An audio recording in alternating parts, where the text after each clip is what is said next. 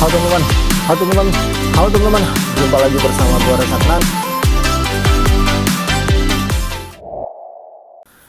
Halo teman-teman, jumpa lagi bersama gue Resatnan. Kali ini gue akan membahas soal prediksi Filipina versus Indonesia pada laga terakhir Grup A Piala AFF 2022.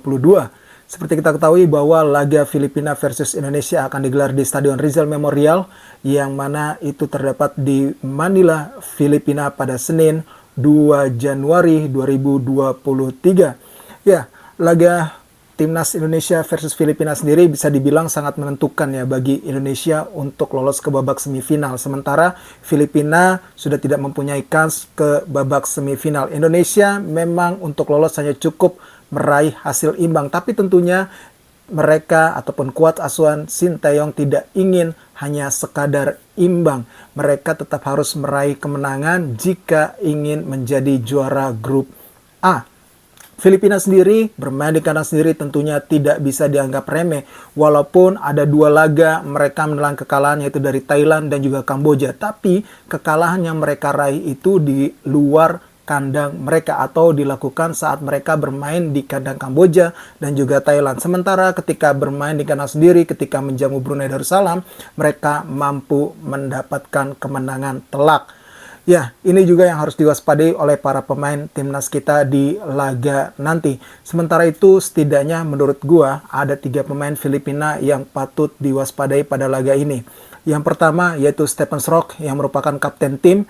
Ini merupakan pemain paling berpengalaman juga di Filipina. Dia sudah berusia 36 tahun. Saat ini memperkuat Ascals Development Team, salah satu tim papan atas di Filipina. Dia berposisi bisa menjadi gelandang serang. Sebelumnya dia merupakan pemain yang kerap berposisi sebagai pemain sayap. Sebelumnya dalam karir Stephen Strock sendiri sudah pernah memperkuat beberapa klub Jerman ya, yang mana dia pernah memperkuat 1899 Hoffenheim, kemudian Eintracht Frankfurt juga, bahkan dia juga pernah memperkuat timnas junior Jerman dari U18 hingga U20. Memang Stephen Strock sendiri pemain yang memang memiliki darah Jerman juga ya. Ya, sementara itu pemain lainnya yang patut diwaspadai oleh timnas Indonesia adalah Mark Hartman. Dia berusia 30 tahun, saat ini bermain untuk United City, salah satu klub juga di Filipina.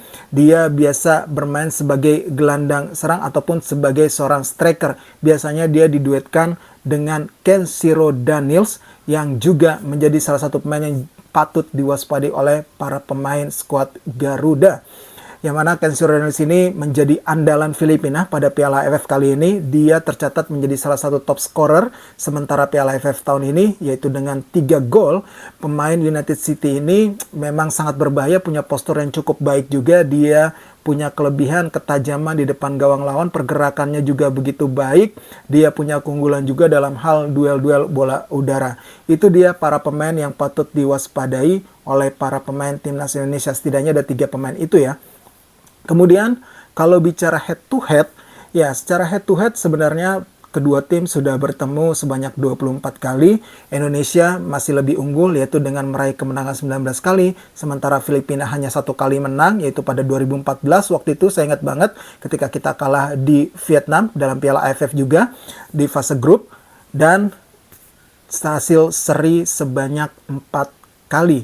Yaitu tadi secara head to head kita masih lebih unggul. Sementara itu kalau menurut gua prediksi pemain yang akan diturunkan oleh Coach Sinteyong tidak akan jauh berbeda dengan para pemain yang diturunkan untuk Kamboja. Hanya saja memang Jordi Amat mendapatkan akumulasi sehingga tidak bisa bermain di laga ini, tapi gue yakin penggantinya nanti juga tidak kalah baiknya, yaitu Rizky Ridho, bek muda yang memang sangat tangguh dan juga punya ketenangan di lini pertahanan. Jadi ada di bawah Mister Gawang itu ada Nadio Argawinata, kemudian di 4 back ada Asnawi di sisi kanan, kemudian Fahrudin dan Rizky Ridho akan berduet sebagai back tengah, dan di sisi kiri ada Pratama Arhan.